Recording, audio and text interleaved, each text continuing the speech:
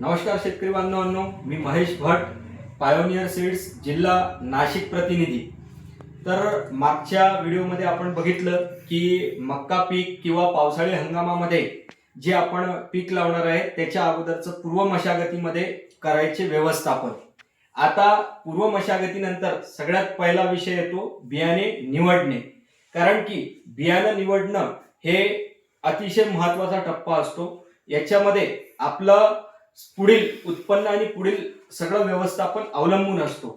आज बियाणं निवडताना आपण बरेचदा चुकतो, फसतो, परंतु बियाणं निवडावं कसं याची जर योग्य आपल्याला व्यवस्थापन करायचे असेल तर ते आपण आज या विषयामध्ये बोलणार आहे। तर बियाणं निवडत असताना सगळ्यात महत्त्वाचा विषय आहे की आपण बियाणं निवडत असताना आपण आपल्या पहिले तर जमिनीचा अभ्यास केला पाहिजे की आपल्याकडे जमीन कुठल्या प्रकारची आहे। 3 प्रकारच्या जमिनी असतात, हलकी, मध्यम आणि भारी, आणि सोबतच आपल्याकडे पाण्याचं व्यवस्थापन कसं आहे त्याबद्दल देखील आपण पहिले अभ्यास केला पाहिजे। आपण कोरडवाहू आहे, निमबागायती आहे की बागायती आहे, कारण की जर कोरडवाहूचं बागायतीमध्ये आणि बागायतीचं कोरडवाहू मध्ये पडलं तर त्या ठिकाणी आपल्याला 50% उत्पन्नावर परिणाम होतो, फटका बसतो आणि आपलं ते वर्ष वाया जाऊ शकतं। आता पायोनियर कंपनीकडे जवळजवळ 4 प्रकारचं बियाणं आहे आणि हे 4ही प्रकारचं बियाणं वेगवेगळ्या व्यवस्थापनामध्ये चालणार आहे। प्रत्येक बियाणं हे प्रत्येक प्रकारच्या व्यवस्थापनामध्ये चालणार नाही। आता सगळ्यात पहिले आपण जे बियाणं बघणार आहे, ज्यांच्याकडे हलक्या मध्यम जमीन किंवा कोरडवाहू क्षेत्र आहे जे फक्त वरच्या पाण्यावर अवलंबून आहे, तर त्यामध्ये जर आपल्याला बियाणं निवडायचं असेल तर या ठिकाणी पायोनियरचं P3302 हे बियाणं आपण लावू शकतो। हे P3302 बियाणं हे त्या शेतकऱ्यांसाठी आहे जे फक्त कोरडवाहू आहे किंवा ज्यांच्याकडे हलकी ते मध्यम जमीन आहे। आता P3302 या वाणाचे जर आपण गुणधर्म बघितले तर याच्यातला पहिला गुणधर्म आहे प्रत्येक परिस्थिती सहन करण्याची क्षमता। प्रत्येक परिस्थिती सहन करण्याची क्षमता म्हणजे की जसं वातावरणामध्ये बदल होता, कधी कमी पाऊस पडतो, कधी जास्ती पाऊस पडतो, या दोनही परिस्थितीमध्ये तग धरून ठेवण्याची क्षमता P3302 मध्ये आहे। त्यानंतर याचा दुसरा गुणधर्म आहे अधिक दाण्याची सरासरी। आता अधिक दाण्याची सरासरी म्हणजे काय की बरेचदा आपल्याला कंस दिसताना मोठे दिसतात, हातभर एवढाले मोठाले कंस दिसतात, परंतु त्यातला ठुसा जाड असतो, त्याच्यात दाण्याची संख्या कमी असते आणि त्याचं वजन देखील कमी असते।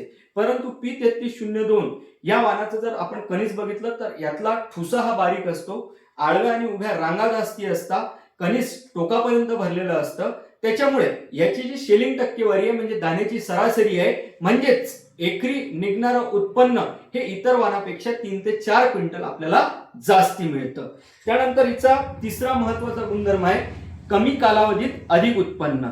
आता बाजारामध्ये जितकेही बियाणं उपलब्ध असतील त्यापैकी सगळ्यात लवकर येणारं बियाणं जर असेल तर ते आहे P3302। याचा कालावधी इतर वाणापेक्षा 10 ते 15 दिवस लवकर येतं हे वाण, आणि तुमचं क्षेत्र लवकर रिकामं होऊन तुम्हाला जे हिवाळी किंवा उन्हाळी पीक लावायचे असतील ते लावण्यासाठी पूर्व मशागतीसाठी जास्ती वेळ मिळतो, आणि ही मक्का लवकर निघत असल्यामुळे सुरुवातीला हिला रेट पण जास्ती मिळतो आणि त्याचं पैसा पण जास्ती होतो। त्याचबरोबर याचा शेवटचा आणि चौथा गुणधर्म आहे उभी राहण्याची क्षमता।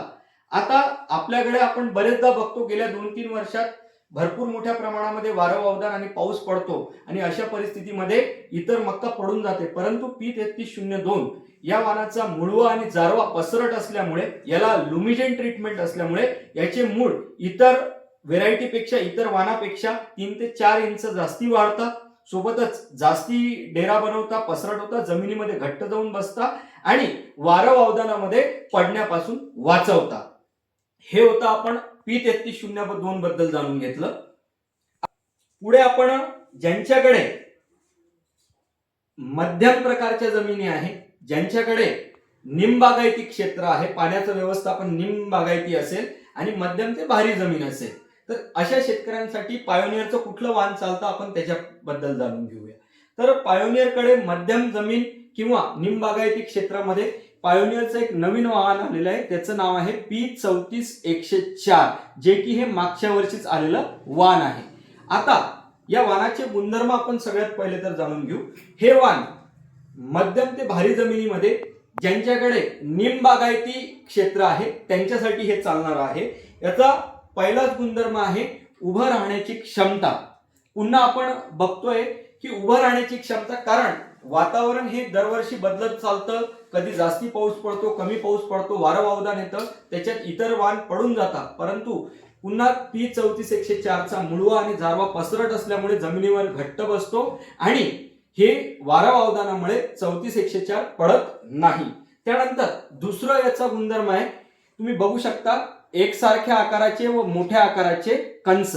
आता याचे कणीस जर तुम्ही आतमध्ये जाऊन बघितलं, बांधावरती सगळे कंस मोठेच दिसतात, परंतु जेव्हा तुम्ही बांधापासून 10 फूट 20 फूट मध्ये जाल त्यावेळेस 34/104चं प्रत्येक कणीस हे एक समान आकाराचं टोकापर्यंत भरलेलं हे तुम्हाला दिसेलच.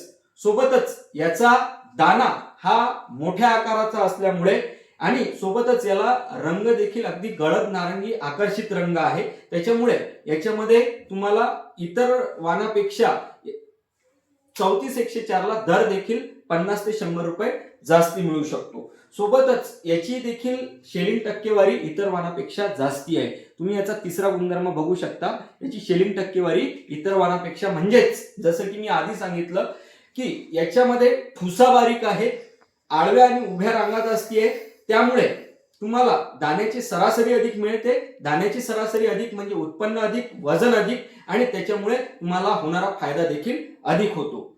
तर हे झालं आपण मध्यम आणि निमबागायती, मध्यम जमीन आणि निमबागायती शेतकऱ्यांसाठी P34/104. आता आपण पुढील बियाण्यांबद्दल जाणून घेऊया. आता ज्यांच्याकडे काळी कसदार जमीन आहे, बागायती क्षेत्र आहे, एक नंबरची जमीन आहे, ज्यांचं खताचं फवारणीचं सगळं व्यवस्थापन योग्य आहे, त्या शेतकऱ्यांसाठी आपण एक वाण आणलेलं आहे. ज्या शेतकऱ्याकडे वरचा पाणी येऊ अथवा ना येऊ तरीही पाणी भरण्याची क्षमता आहे त्याच शेतकऱ्यांसाठी, आणि ज्यांच्याकडे भारी जमीन आहे त्याच शेतकऱ्यांसाठी हे फक्त बियाणं आहे. त्याचं नाव आहे P3524. या ठिकाणी तुम्ही बघू शकता लय भारी P3524. आता P3524 हे बियाणं जसं की मी जमिनी आणि पाण्याचं व्यवस्थापन सांगितलं त्या पद्धतीच्या व्यवस्थापनामध्ये लागेल. याचा गुणधर्म काय आहे, पुन्हा याच्यामध्ये पहिला गुणधर्म आहे उभं राहण्याची क्षमता. आता जसं की मी वारंवार सांगतोय की वारं वावदानामुळे इतर पीक पडून जातं, इतर वाण पडून जातं, परंतु याचा देखील मुळवा आणि जारवा जमिनीमध्ये खोलवर जातो, त्याच्यामुळे हे पीक वारा वावदानामुळे पडणार नाही. त्याच्यानंतर याच्यात दुसरा गुणधर्म बघितला आपण तर एक समान आकाराची व टोकापर्यंत भरलेली कंस. याच्यामध्ये सगळ्यात महत्वाचं आहे, याला भारी जमिनीमध्ये आणि चांगल्या व्यवस्थापनात म्हणजेच बागायती क्षेत्रामध्ये लागत असल्यामुळे याचं कणीस अतिशय एक समान आकाराचं राहतं, टोकापर्यंत भरलेले कंस असतात, त्याच्यामुळे याच्यातून निघणारं वजन किंवा उत्पन्न देखील शेतकऱ्यांना जास्ती मिळतं. तसंच याचा तिसरा गुणधर्म आहे जास्ती ओळी जास्ती रांगा. आता जास्ती ओळी जास्ती रांगा म्हणजे काय की इतर व्हेरायटीमध्ये किंवा इतर वाणामध्ये आपण बघितलं तर 12 ते 16 आडव्या रांगे असतात, परंतु 35-24 या वाणामध्ये किमान 16 पासून तर 24 पर्यंत आडव्या रांगा मिळू शकतात. सोबतच उभ्या रांगेतले दाणे मोजले तर कमीत कमी 40 ते जास्तीत जास्त 55-60 पर्यंत दाणे मिळतात. म्हणजेच एका कंसातून निघणाऱ्या दाण्याची वजन आणि दाण्याची संख्या ही जवळजवळ 750-800 दाणे एका कंसातून निघतात. त्याच्यामुळे याचं वजन देखील इतर वाणापेक्षा जास्त मिळतं. इतर वाणामध्ये जर तुम्ही दाणे मोजले तर तुम्हाला फक्त आणि फक्त 400, 450, 500 पर्यंतच दाणे मिळतील, परंतु यामध्ये 35-24 मध्ये डबल दाण्यांची संख्या होते, म्हणून तुम्हाला उत्पन्न देखील अधिक मिळतं. त्याचबरोबर शेवटचा चौथा मुद्दा आहे, गुणधर्म आहे जास्त शेलिंग. जास्त शेलिंग म्हणजे की यामध्ये ठुसा बारीक आहे, सोबतच आडव्या उभ्या रांगा जास्ती आहे, त्यामुळे याचं जे शेलिंग टक्केवारी आहे जवळजवळ 85 ते 90% दाण्याचं वजन राहील आणि फक्त 10 ते 15% ठुसाचं वजन राहील. त्यामुळे तुम्हाला उत्पन्नामध्ये वाढ होण्यासाठी मदत होते. त्याचबरोबर अजून ज्यांच्याकडे भारी जमिनी आहे, आता भारी जमीन आणि बागायती क्षेत्रासाठी दोन पर्याय आपल्याकडे. पहिला पर्याय होता P35-24. आता ज्यांच्याकडे P35-24 लावायचं आहे किंवा अजून दुसरं वाण त्यांना लावायचं आहे त्यांच्यासाठी दुसरा पर्याय आहे पायोनियरचं. मागच्या वर्षी चाललेलं हे नवीन वाण आहे पायोनियर P35 105 हे वाण आपण फक्त आणि फक्त ज्यांच्याकडे जमिनी भारी आहे, ज्यांच्याकडे बागायती क्षेत्र आहे, त्या क्षेत्रासाठी हे नवीन वाण आहे. तर या वाणाचे गुणधर्म आपण सगळ्यात पहिले बघू. तर याच्यामध्ये देखील तुम्ही बघितलं असेल, पहिलाच गुणधर्म आहे की उभं राहण्याची क्षमता. आता हे वारंवार का येत आहे? कारण की गेल्या 3-4 वर्षामध्ये सगळ्यात मोठी समस्या आपल्या समोर हीच उभी राहिलेली आहे. म्हणून पायोनियरच्या प्रत्येक वाहनामध्ये तुम्हाला एक महत्वाचा गुणधर्म दिसेल, ती म्हणजे उभं राहण्याची क्षमता. मुळवा जारवा खोलवर जात असल्यामुळे हे वारं वावदानामध्ये पडत नाही. त्यानंतर सगळ्यात महत्वाचा दुसरा मुद्दा, आकर्षक दाण्यांचा रंग.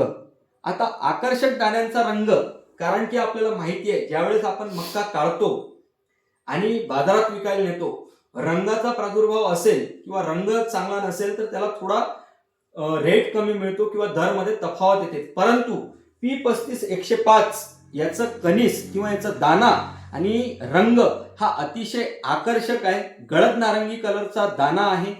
दाना बोल्ड आहे, मोठ्या आकाराचा दाना आहे.